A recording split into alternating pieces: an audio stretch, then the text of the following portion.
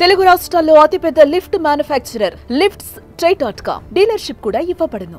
Miss world పోటీలకు తెలంగాణ సిద్ధమవుతోంది. మే 7 నుంచి 31 వరకు 72వ మిస్ వరల్డ్ 2025 పోటీలు జరగనున్నాయి. 140 దేశాలకు చెందిన అందగత్తెలు పోటీ పడనున్నారు.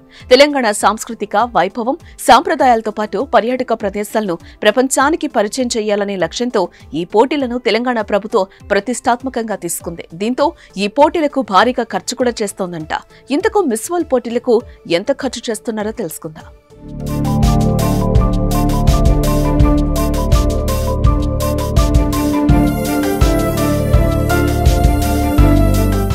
అందమైన భాగ్యనగరం అందాల పోటీలకు వేదికగా మారనుంది. 72వ మిస్ వరల్డ్ పోటీలకు తెలంగాణ ఆతిథ్యం ఇవ్వనుంది. మే 7 నుంచి 31 దాకా హైదరాబాద్ లో మిస్ వరల్డ్ పోటీలు జరగనున్నాయి. 25 రోజుల పాటు 22 ఈవెంట్లు నిర్వహించనున్నారు.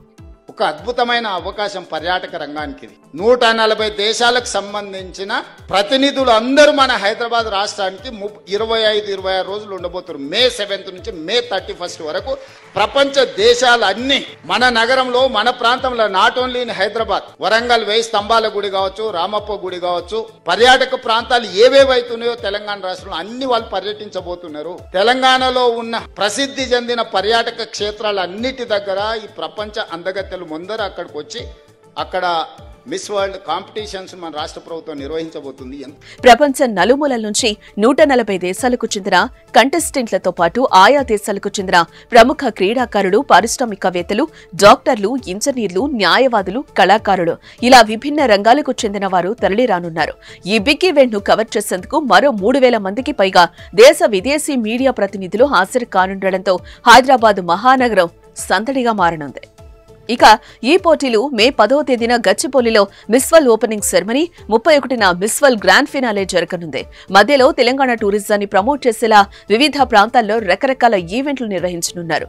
మే 10న తెలంగాణ జానపద, గిరిజన నృత్యాలతో గ్రాండ్ గా ఓపెనింగ్ సెరమనీ, రాజీవ్ గాంధీ అంతర్జాతీయ విమానాశ్రయం నుంచి కంటెస్టెంట్లకు తెలంగాణ ఆటపాటలతో గ్రాండ్ వెల్కమ్ చెప్పనున్నారు.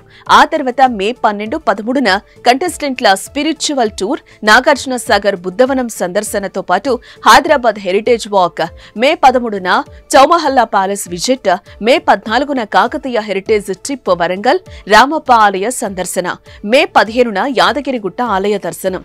అదే రోజు పోచంపల్లి హ్యాండ్లూమ్ టూర్ తో పాటు పలు కార్యక్రమాలకు శ్రీకారం చుట్టనున్నారు.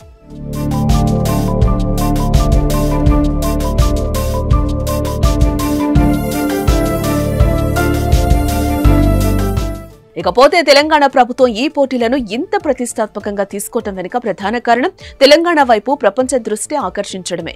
దీంతో పాటు హైదరాబాద్ బ్రాండ్ ఇమేజ్ పెంచడం, ఇక్కడి పర్యాటక ప్రాంతాలకు ప్రాచుర్యం కల్పించడం లక్ష్యంగా ప్రభుత్వం ఈ పోటీలకు ఆతిథ్యం ఇస్తోంది. అయితే ఇంతటి ప్రతిష్టాత్మక మిస్ వరల్డ్ పోటీలకు మొత్తం 54 కోట్లు ఖర్చవుతున్నట్లుగా అంచనా వేస్తున్నారు.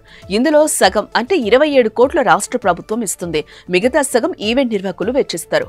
ప్రభుత్వం ఇచ్చే 27 కోట్లలో కేవలం 5 కోట్లను మాత్రమే నేరుగా భరిస్తుంది. మిగిలిన 22 కోట్లను స్పాన్సర్ల ద్వారా సమకూర్చుకునేలా ప్రభుత్వం ప్లాన్ చేసిందట. ఏదేమైనా మిస్ వరల్డ్ పోటీలు హైదరాబాద్ కు కొత్త కళను తీసుకురావడం పక్కాగా కనిపిస్తోందని పలువురు అంచనా వేస్తున్నారు.